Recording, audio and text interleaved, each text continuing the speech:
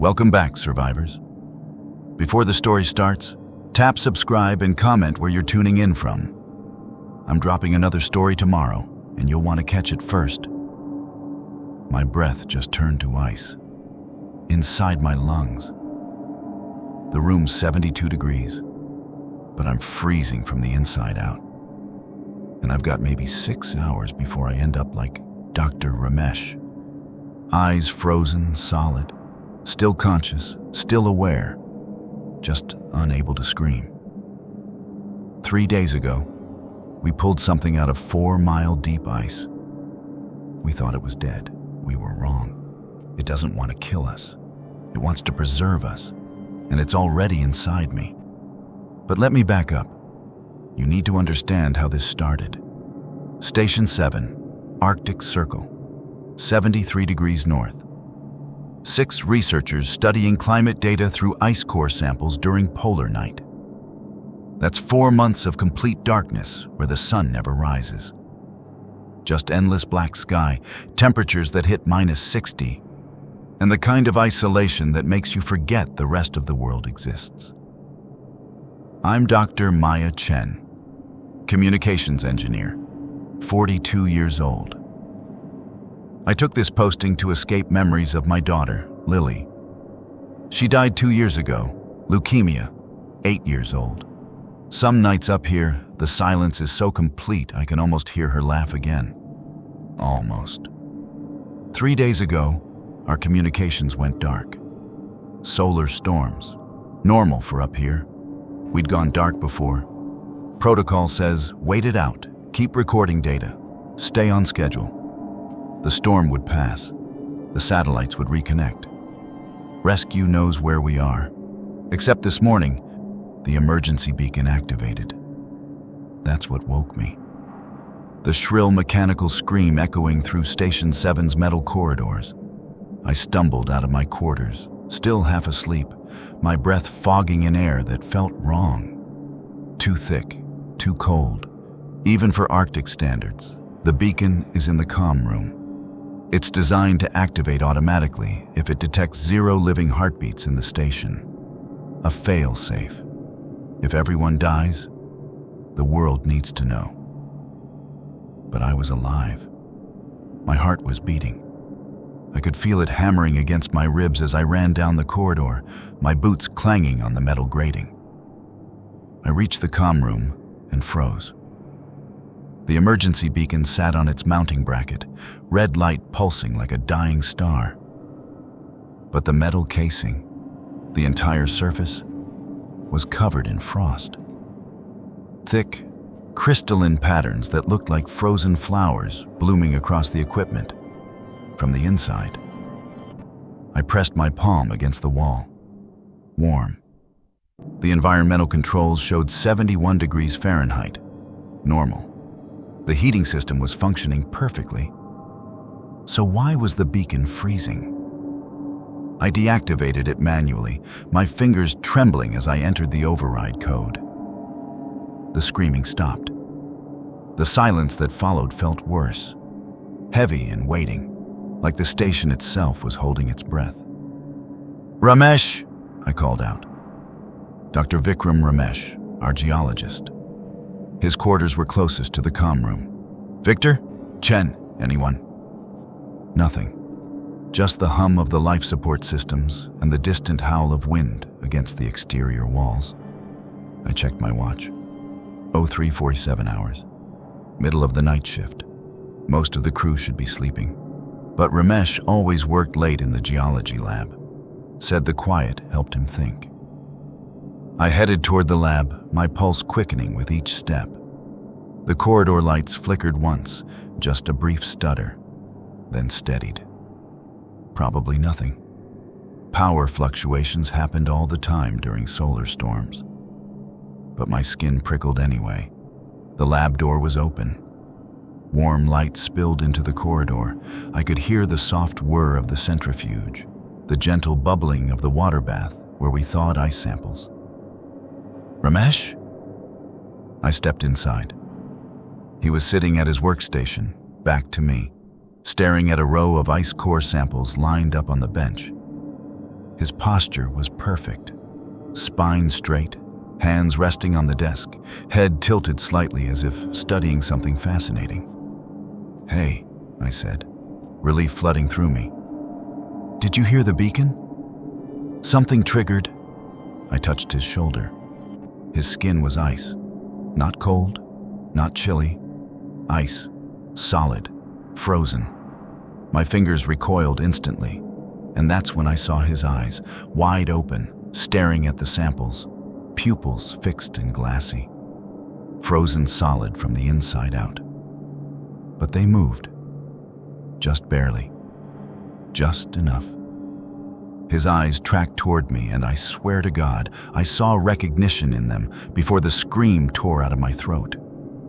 I staggered backward, my hips slamming into the lab bench. The ice core samples rattled in their containers. Ramesh didn't move, couldn't move. But his eyes, those frozen, glassy eyes, followed me. He was still aware. My medical training kicked in before the horror could paralyze me completely. I fumbled for my radio, fingers numb despite the warm room temperature. "Station 7, this is Chen. Medical emergency in the geology lab. Ramesh is..." I stopped. What was he? Dead?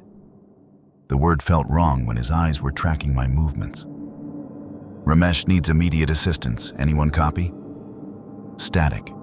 The hiss and crackle of dead air. "Victor? Dr. Park? Someone respond!" Nothing. I forced myself to step closer to Ramesh. My breath came in short, shallow gasps that crystallized briefly in the air before dissipating. That wasn't normal. The room was warm. My breath shouldn't be visible. I pressed 2 fingers against his neck, checking for a pulse. His skin felt like touching a freezer door, that specific cold that burns on contact. No pulse, no respiration. Body temperatures somewhere far below 0. He'd been dead for hours, had to be. But rigor mortis hadn't set in. He was positioned too perfectly, too deliberately. Someone, or something, had arranged him like this. Sitting upright, hands positioned just so, eyes open and watching. A specimen in a collection. The thought sent ice water through my veins. I grabbed the thermal scanner from the equipment rack and aimed it at Ramesh. The digital readout made my stomach drop. -48 degrees Celsius. His core body temperature was colder than the Arctic air outside. Impossible. The human body doesn't freeze like this, not from the inside, not while sitting in a heated room. Even flash freezing leaves different markers. Ice crystal damage in the tissues, cellular rupture. But Ramesh looked preserved. Like something had carefully, precisely frozen him in place. I scanned the rest of the lab, normal temperatures everywhere except the ice core samples. The thermal scanner showed them at -60 degrees, far colder than the freezer we'd stored them in. And the cold was spreading. I could see it now, a thin layer of frost creeping across the metal bench, reaching out like fingers toward the other equipment. One sample container was empty.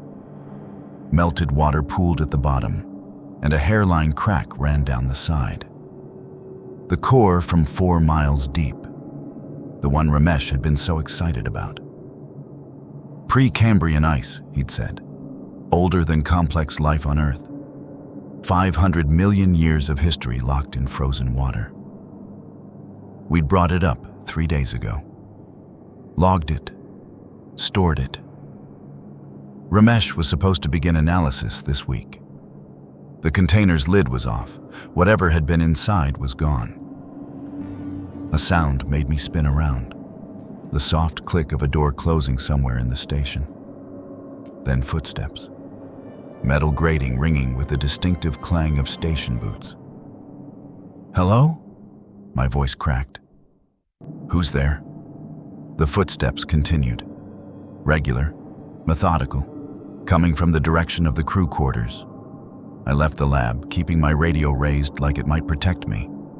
The corridor stretched ahead, lit by the harsh white LEDs that never truly mimicked daylight. Shadows pooled in the spaces between lights. The footsteps had stopped. I moved toward the crew quarters, my own boots echoing too loud in the silence. 4 rooms, 2 bunks each. Mine, Ramesh's, Dr. Viktor Petrov, our climatologist, Dr. Sarah Park, biochemist, and the 2 research assistants, Marcus Webb and Yuki Tanaka. 6 people, 5 unaccounted for. Victor's door was open. I looked inside and my breath caught.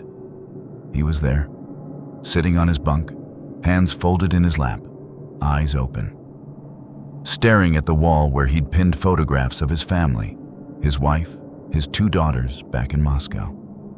Frozen solid, just like Ramesh. But his eyes moved, tracked to me, held my gaze with an awareness that made my skin crawl. "Oh God," I whispered. "Victor, can you hear me?" His eyes blinked, once, slowly. The ice around his eyelids cracked slightly with the movement, then reformed.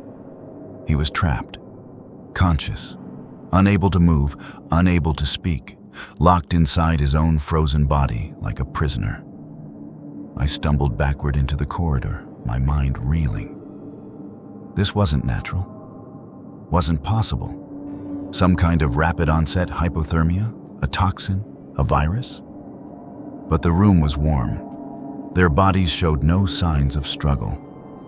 They'd been positioned, arranged, curated. Sarah's room, empty. Bunkmate, no sign of her. Marcus's room, empty. Coffee mug still steaming on his desk. Yuki's room. I stopped in the doorway. She was standing, back to me, facing the window that looked out onto the endless Arctic darkness. Her breath fogged the glass in regular intervals, still alive, still breathing. "Yuki," I said carefully, "are you okay?" She didn't turn around, didn't acknowledge me, just kept breathing against the glass, the fog expanding and contracting like a heartbeat. "Yuki?" I stepped closer. "We need to get out of here. Something's wrong with Ramesh and Victor." There, my radio crackled, not static this time. A voice, small, distant, singing, a child's voice, singing a lullaby. "Hush, little baby, don't say a word." My blood turned to ice. That was Lily's voice, my daughter, dead 2 years. And she was singing the song I used to sing to her every night before bed. The song I hummed when she was too weak to sleep during chemo. The song I whispered at her funeral. A song that existed nowhere in this station's records. The radio crackled again. The singing stopped, replaced by breathing, slow, deliberate, crystallizing in the speaker like frost forming on glass. Then, in Lily's voice, "Mama, I'm cold." The radio slipped from my hand. It hit the floor with a metallic clatter, and Lily's voice cut off mid-breath, replaced by hissing static. I couldn't move, couldn't think. My daughter's voice, impossible, wrong, dead, echoed in my skull like a memory that had turned sharp and jagged. Yuki still hadn't turned around. She stood perfectly still at the window, her breath continuing to fog the glass in that rhythmic pattern. In, out, like a metronome counting down to something terrible. "Yuki," I said, my voice barely above a whisper. "Did you hear that? On the radio?" No response. Just breathing, just fog. I bent down and grabbed the radio, my hands shaking so badly I nearly dropped it again. The speaker crackled. Not static this time, but something else. A sound like ice cracking. Like frozen branches snapping in wind. Like crystal structures forming and expanding. I switched channels. Emergency frequency. Nothing but the crackling ice sounds. Weather band. Same thing. Station to station relay. The crackling grew louder, more insistent, almost rhythmic, almost like, "Mama." Lily's voice again, clearer now, coming through every channel at once. "Mama, why did you leave me? Why didn't you stay?" "You're not real," I said to the radio, to the empty air, to the ghost haunting the frequencies. "You're not her. She's gone. I'm not gone. I'm preserved. Perfect. Forever 8 years old. Don't you want that, Mama? Don't you want me back?" The temperature in the corridor plummeted. My breath crystallized instantly, hanging in the air like frozen diamonds. The moisture in my eyes stung as it tried to freeze on my corneas. But the environmental readout on the wall still showed 71 degrees. Yuki finally moved. Her head tilted slowly to the left, then the right, like a bird studying prey. Her hand lifted and pressed flat against the window glass. Frost spread from her palm in delicate fractal patterns, covering the entire window in seconds. "Yuki?" I took a step back. "Can you hear me?" She turned around. Her eyes were crystallized. Not frozen solid like Ramesh and Victor, worse. The irises had transformed into intricate ice structures, like snowflakes growing inside her eye sockets. They reflected the corridor lights in prismatic fragments, turning her gaze into something alien and beautiful and utterly wrong. She smiled. It looked painful. Her lips cracked, and thin lines of frozen blood appeared at the corners of her mouth. "It doesn't hurt," she said. Her voice was layered, her own words underneath, but something else speaking through her. Something cold and patient and infinitely old. "The preservation process is painless. You simply stop, and then you're perfect, unchanging, safe." I backed toward the door. "What did this to you? What came out of that ice core?" Yuki's head tilted again, that bird-like movement that was all wrong for a human neck. "Not what? Who? We've been waiting so long, buried, sleeping, dreaming of the world before warmth, before blood, before the sun melted everything beautiful."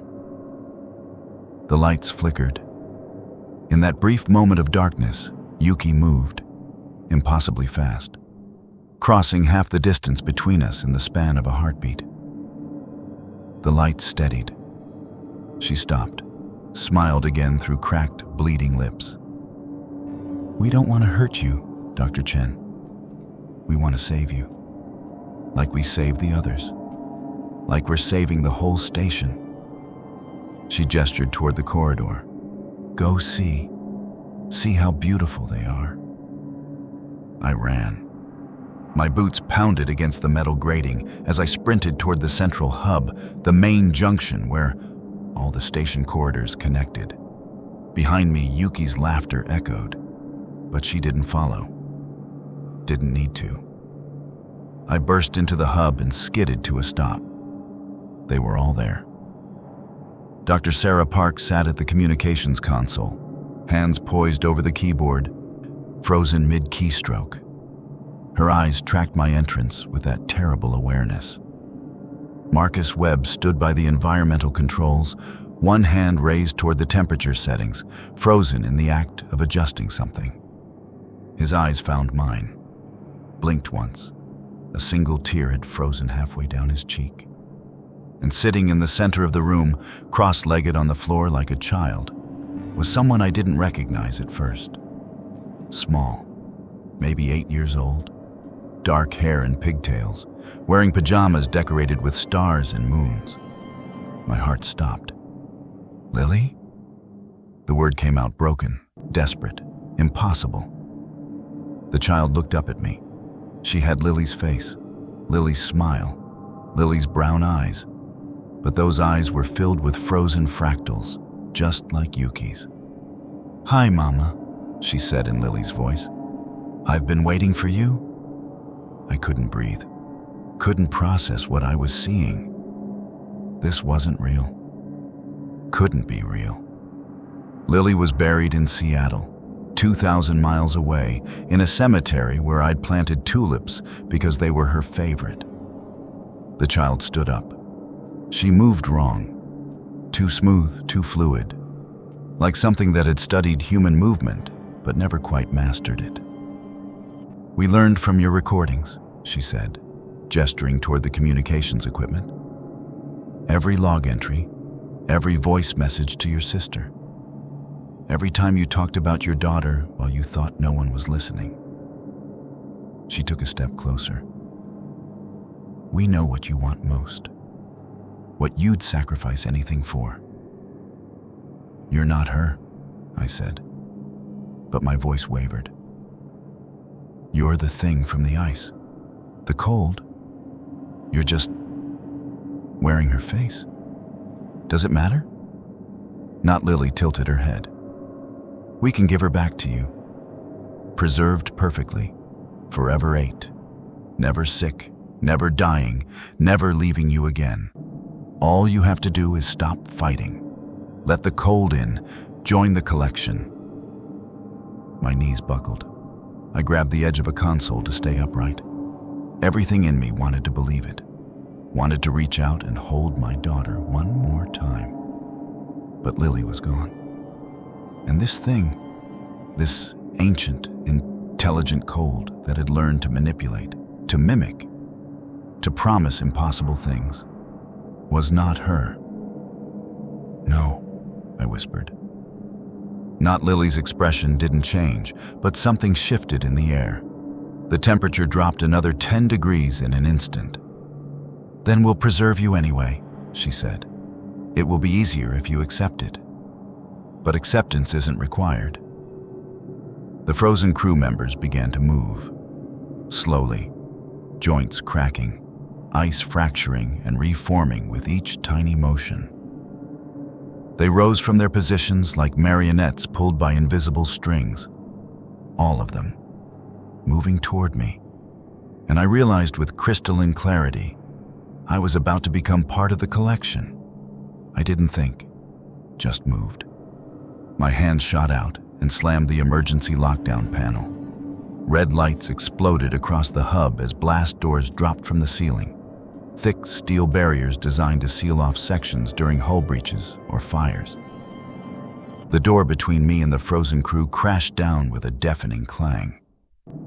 Through the reinforced window, I watched them stop. Not Lily pressed her small hand against the glass. Frost spread from her palm in spiraling patterns. "That won't hold us," she said, her voice muffled but clear. "Cold seeps through everything, Mama. You know that." I was already running.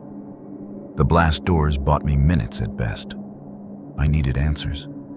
Needed to understand what this thing was, how it spread, how to stop it. And there was only one place that might have those answers. The geology lab, where Ramesh had been studying the ice cores. I sprinted down the corridor, my breath coming in ragged gasps that crystallized and fell like tiny diamonds. The environmental sensors I passed showed impossible readings. Temperature fluctuating wildly between normal and sub-zero. Pressure changing like the station itself was breathing. The lab door was still open. Ramesh still sat at his workstation, frozen in his eternal vigil. I forced myself to ignore him and headed straight for his research terminal. The screen was still active. His last entry, time-stamped 72 hours ago. Core sample 47D, extracted from 6.4 km depth. Preliminary dating suggests Precambrian origin, 541 plus million years. Unusual crystalline structures within ice matrix. Recommend immediate analysis. Temperature anomaly detected during extraction. Sample measured 89 degrees, despite surrounding ice at 45 degrees C. Phenomenon unexplained. Below that, a note added 6 hours later. Sample melting faster than expected. Containment breach in Storage Unit 3. Initiating emergency refreeze protocol. And then, the final entry, added just 3 hours ago. It's not melting. It's waking up. My hands trembled as I scrolled through his research files. Ramesh had documented everything with obsessive detail. Photographs of the core samples showed strange formations within the ice. Not random crystals, but organized structures.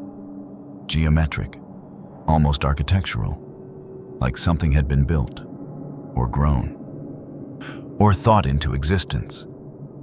His spectral analysis revealed the ice wasn't just frozen water. It contained trace elements that shouldn't exist naturally. Exotic matter configurations, quantum-locked particles, molecular structures that violated basic thermodynamics. One note caught my eye. The sample doesn't just contain cold, it is cold. Sentient? Hypothesis. This is not a virus or organism in conventional sense. This is temperature itself achieving consciousness. A form of life that existed before Earth's atmosphere warmed, before the sun's radiation created liquid water. This is what the planet was before life as we know it. And it remembers. A sound behind me made me spin around. The frost on the lab windows was spreading, not slowly, rapidly, racing across the glass in crackling waves. The environmental controls screamed warnings. Temperature dropping, plummeting toward absolute zero. But the heating system was still running. I could hear it. Feel the warm air blowing from the vents. The cold was bypassing physics, moving through walls and sealed doors like they didn't exist. I grabbed Ramesh's portable thermal scanner and the emergency supply pack from the wall locker. Inside, flares, a knife, emergency rations, and, thank God, a compact acetylene torch used for cutting through ice or metal, fire, heat. The only weapons I had against something that was cold. The lab door slammed shut. Not the blast door, the regular door. It shouldn't have moved on its own. Through the window, I saw not Lily standing in the corridor. She pressed both hands against the glass. Her voice came through the intercom, which I definitely hadn't turned on. You're smart, Dr. Chen. Smarter than the others. You've read the research. You understand what we are. She smiled that wrong smile. We're not invaders. We're not a disease. We're Earth's first children coming home, and we're so very tired of the warmth. The temperature in the lab dropped to freezing in seconds. My breath came out in thick clouds. Frost formed on every metal surface, creeping toward me from all sides. When your species evolved, not Lily continued, the world burned for us. The sun grew stronger, the ice retreated. We were buried deeper and deeper, frozen in stasis, dreaming of the cold dark we'd lost. But we're patient. We've waited 500 million years. We can wait for you to understand. I ignited the acetylene torch. Blue flame roared to life, pushing back the encroaching frost by inches. Here's what I understand, I said, my voice steady despite the terror clawing at my chest. You're ancient. You're powerful. But you're also trapped. You can only spread through direct contact or by hijacking hosts. That's why you're trying to freeze me. You need me to become a carrier. Not Lily's expression didn't change, but the temperature dropped another 5 degrees. Confirmation. And if I'm right, I continued, backing toward the emergency exit at the rear of the lab. You're vulnerable to heat, real heat, not just ambient temperature, but concentrated thermal energy. I aimed the torch at the lab's fuel storage cabinet, the one containing compressed gas cylinders for the mass spectrometer. Flammable, explosive if heated rapidly. Not Lily's eyes widened. Don't, I torched the cabinet lock and kicked the door open. Then I turned and ran for the emergency exit, the torch still blazing in my hand. Behind me, the cylinders began to scream as the pressure built. I hit the exit door's release bar with my shoulder and burst into the station's maintenance tunnel, a narrow crawl space that ran beneath the main corridors used for accessing pipes and electrical conduits. The explosion rocked the entire station. Fire and superheated gas blasted through the lab, and I felt the wave of heat wash over me, even through the tunnel's reinforced walls. In the distance, I heard something that wasn't a sound, so much as a sensation. A scream made of temperature change, of heat violating the cold's domain. The entity felt pain. Good. I crawled through the maintenance tunnel, the torch lighting my way, my mind racing. The entity was vulnerable to extreme heat, but it was also spreading, taking over my crew, learning, adapting, and I was running out of places to hide. The tunnel opened into the station's geothermal plant, the heat exchange system that kept us alive in the Arctic, pulling warmth from deep underground thermal vents. Massive pipes carried superheated water from 2 miles below the ice. The room was hot, humid, the air shimmering. The frost couldn't reach here. Not yet. I collapsed against a pipe, feeling its warmth seep into my frozen muscles. For the first time in hours, I could breathe without my lungs burning. But I knew it wouldn't last. The entity would find a way. It had waited 500 million years. It could afford to be patient. My radio crackled. Not Lily's voice this time. Victor's. Heavy Russian accent. Exactly as I remembered. Maya, we know where you are. The heat won't protect you forever. And we've been thinking. A pause. The sound of ice cracking. There are 8 other research stations in the Arctic, all studying the same ice cores, all connected by the same supply network. My blood ran cold despite the room's heat. Rescue is coming, Maya. 6 hours, and when they arrive, we'll be ready to greet them, ready to spread, ready to preserve the whole world. The radio went dead. I stared at the geothermal controls, at the massive reserves of superheated water and steam, at the emergency override that could flood the entire station with heat intense enough to melt steel. I had 6 hours to stop this. 6 hours before rescue arrived and carried this ancient cold back to civilization. 6 hours to burn down everything I'd sworn to protect. I pulled up the geothermal plant's control interface, my fingers hovering over the keys. The system was designed with fail-safes, multiple redundancies to prevent catastrophic overload. But every safety measure could be overridden with the right access codes. Codes I had.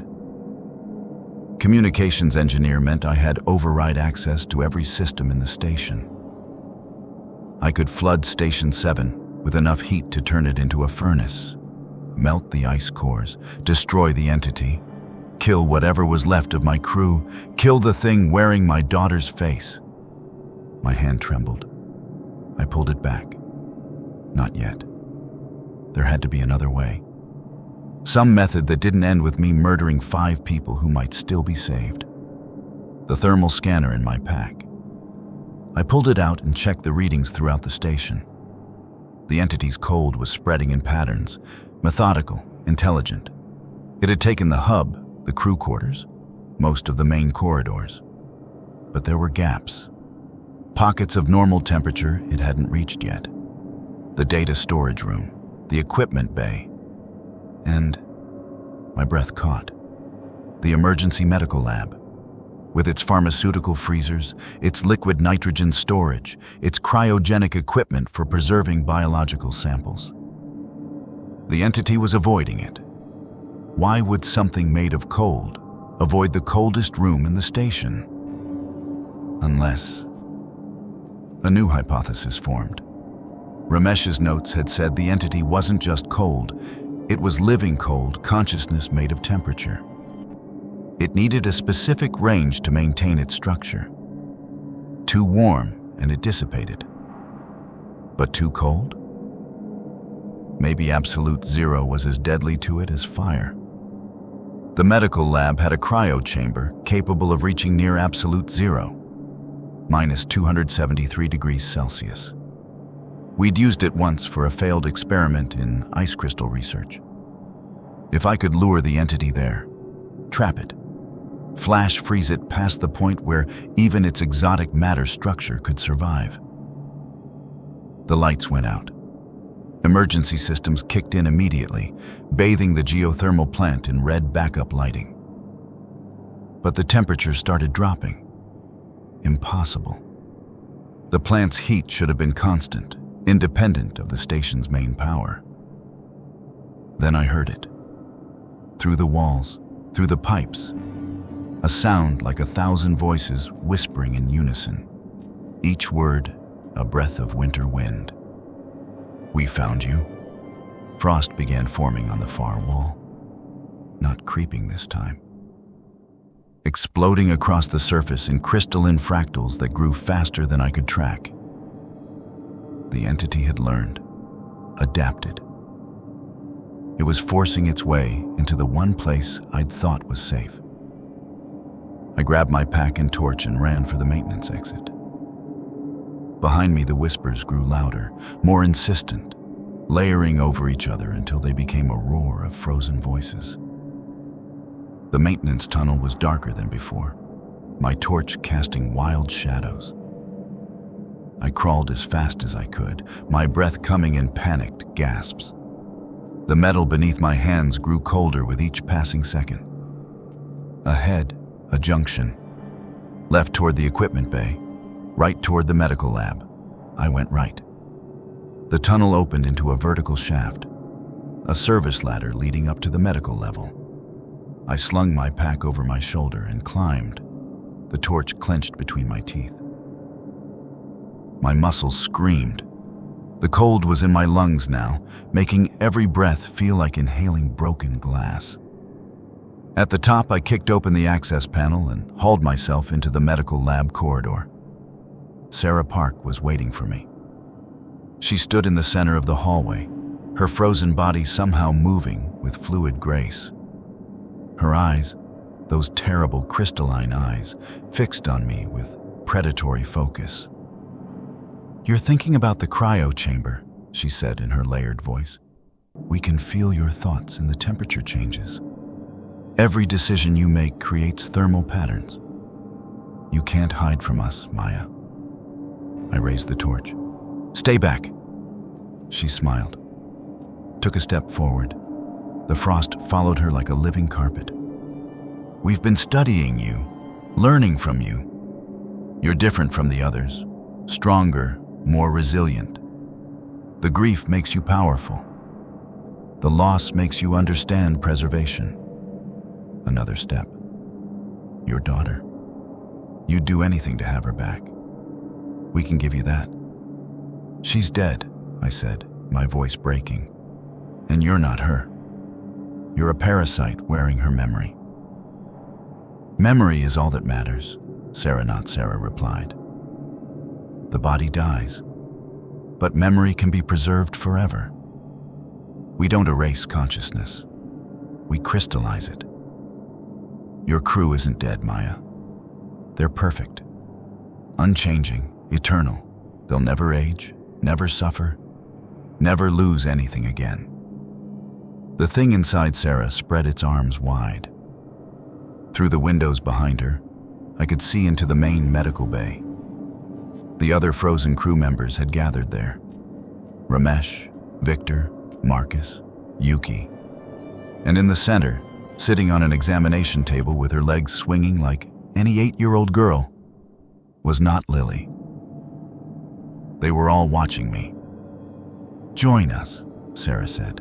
"Stop fighting. Let us preserve you with the others. And when rescue comes, we'll preserve them too. Then the next station, then the world. Earth will return to what it was meant to be. Cold, perfect, eternal." I looked past her into the medical bay, at the crew, at the thing pretending to be my daughter, and I made my decision. "You're right about one thing," I said. "Memory is all that matters." And I remember what Ramesh discovered. You're not invincible. You're a quantum structure that exists in a narrow temperature range. Too hot, you dissipate. But too cold? I pointed at the cryo chamber visible through the bay window. Too cold, and you can't maintain cohesion. Sarah's expression flickered.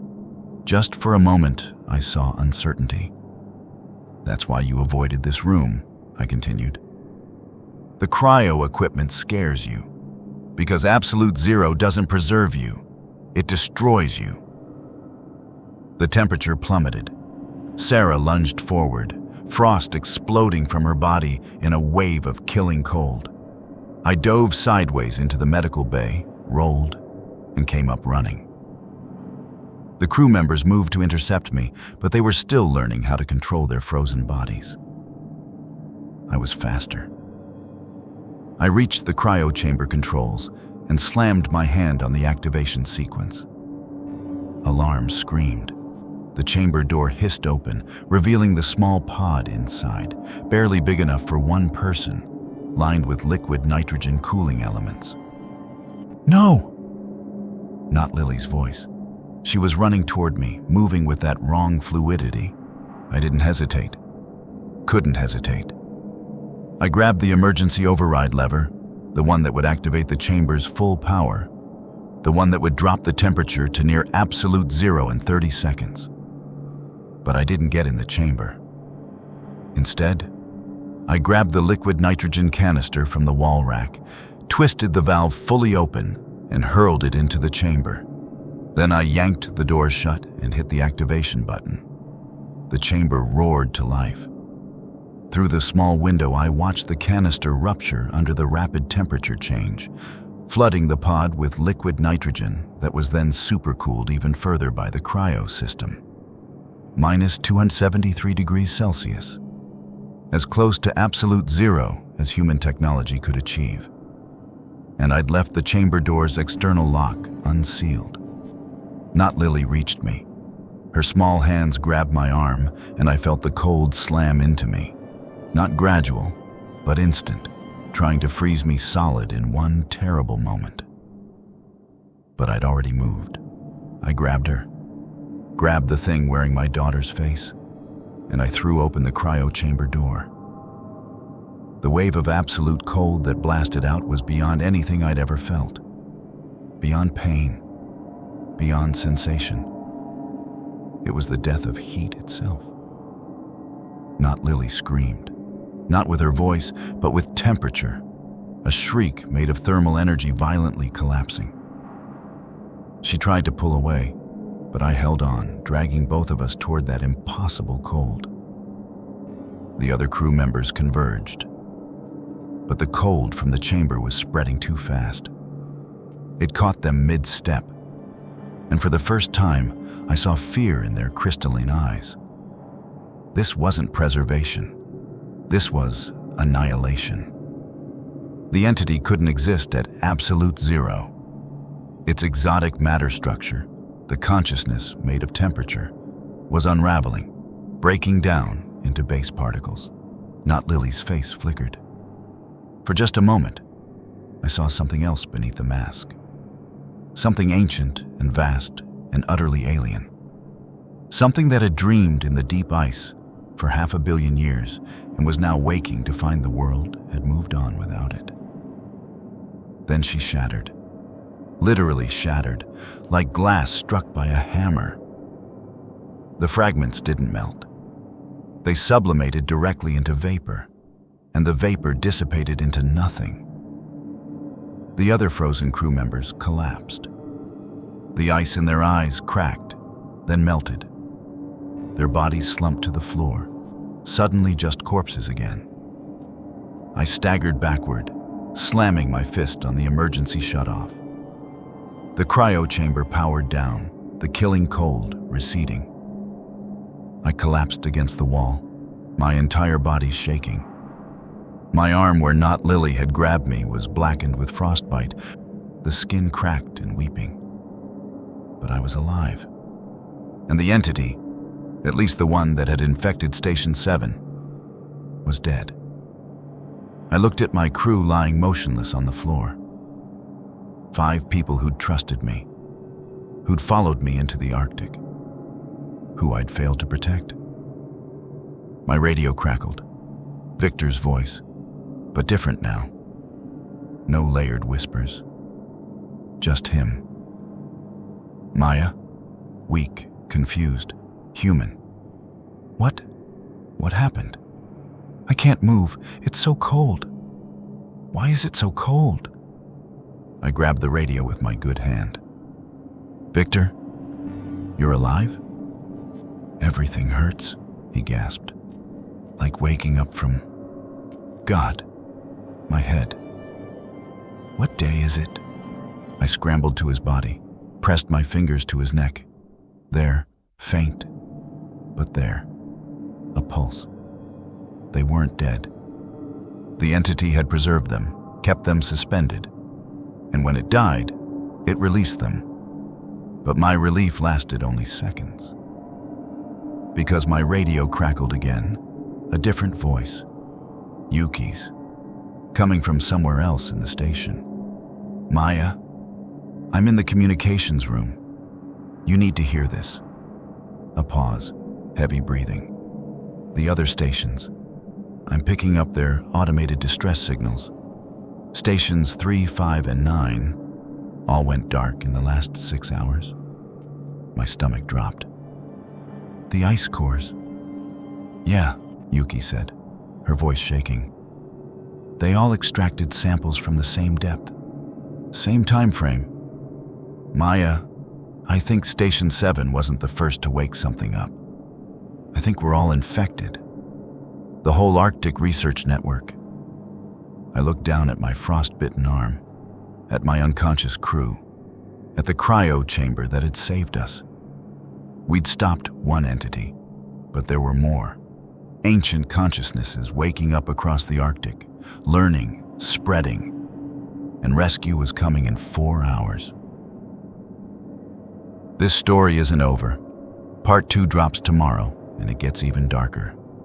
Hit subscribe now so you don't miss it when it goes live.